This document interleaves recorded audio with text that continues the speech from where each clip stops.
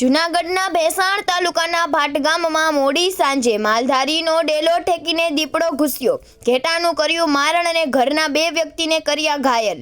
જૂનાગઢના ભેસાણ તાલુકાના ભાટ ગામમાં મોડી સાંજના દીપડો ઘૂસી આવતા ગામમાં ભાટદોડ એક માલધારીના ઘરે મોડી સાંજે વંડી ઠેકીને ઘેટા ઉપર હુમલો કર્યો હતો।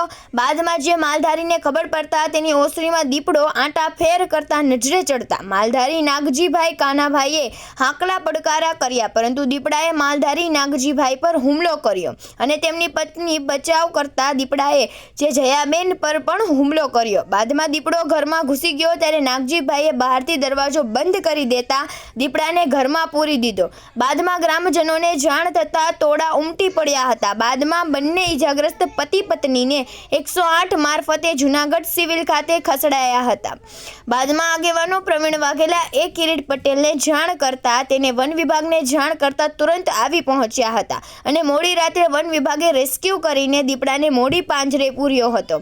આ તકે વન વિભાગના RFO મિત્રારા સાહેબ તેમજ ડોક્ટર કડીવાલ તેમજ વન વિભાગના સ્ટાફે ભારે જહેમત ઉઠાવી હતી અને દીપડાને રેસ્ક્યુ કરીને શક્કરબાગ ખાતે લઈ જવામાં આવ્યો હતો અને ગ્રામજનોએ વન વિભાગને રજૂઆત પણ કરી હતી કે આજુબાજુ વિસ્તારમાં 5 થી 6 દીપડાનો વસવાટ કરે છે તો તેને ખસેડવા રજૂઆત કરી હતી ને ઈજાગ્રસ્તને વહેલી તકે સહાય મળે તે રજૂઆત કરી હતી। બાઇટ દિનેશ ચાનિયા, ઈજાગ્રસ્તના ભાઈ, ભાટગામ।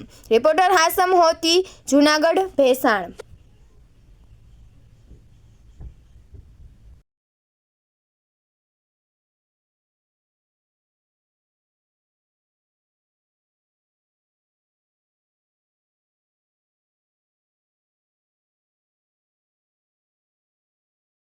અમારા ભાટગામ ગામમાં ભરવાડભાઈ નાગજીભાઈ કાનાભાઈ સાનિયા તેની ત્યાં સાંજે 8:30 થી 9:15 વાગે દીપડાએ મારણ કરવા દિવાલ ટપીને આવેલ, એમાં મારણ કરી ઘેટાનું અને નાગજીભાઈ જરાક આગળ નીકળેલા ત્યારે એની ઉપર હુમલો કરેલો 2 માણા ઉપર અને દાઢ બેહારેલ।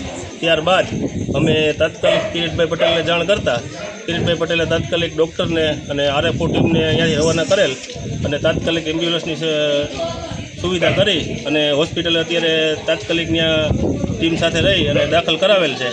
અને અમે જંગલ ખાતા તેમજ કિરીટભાઈને એટલું કહેવા માંગીએ છીએ કે આ વારંવાર અવારનવાર ભાટગામમાં ફરતી કોર દીપડા 4 થી 5 આટા મારે છે, ક્યારે કોઈ પણ માણસને ક્યારે મારી ખાય એનું કંઈ નક્કી નથી, માટે આનું તાત્કાલિક કંઈક નિવારણ કરે એવી અમારી અપેક્ષા। ખાસ કરીને માલઢોરમાં શું નુકસાન છે?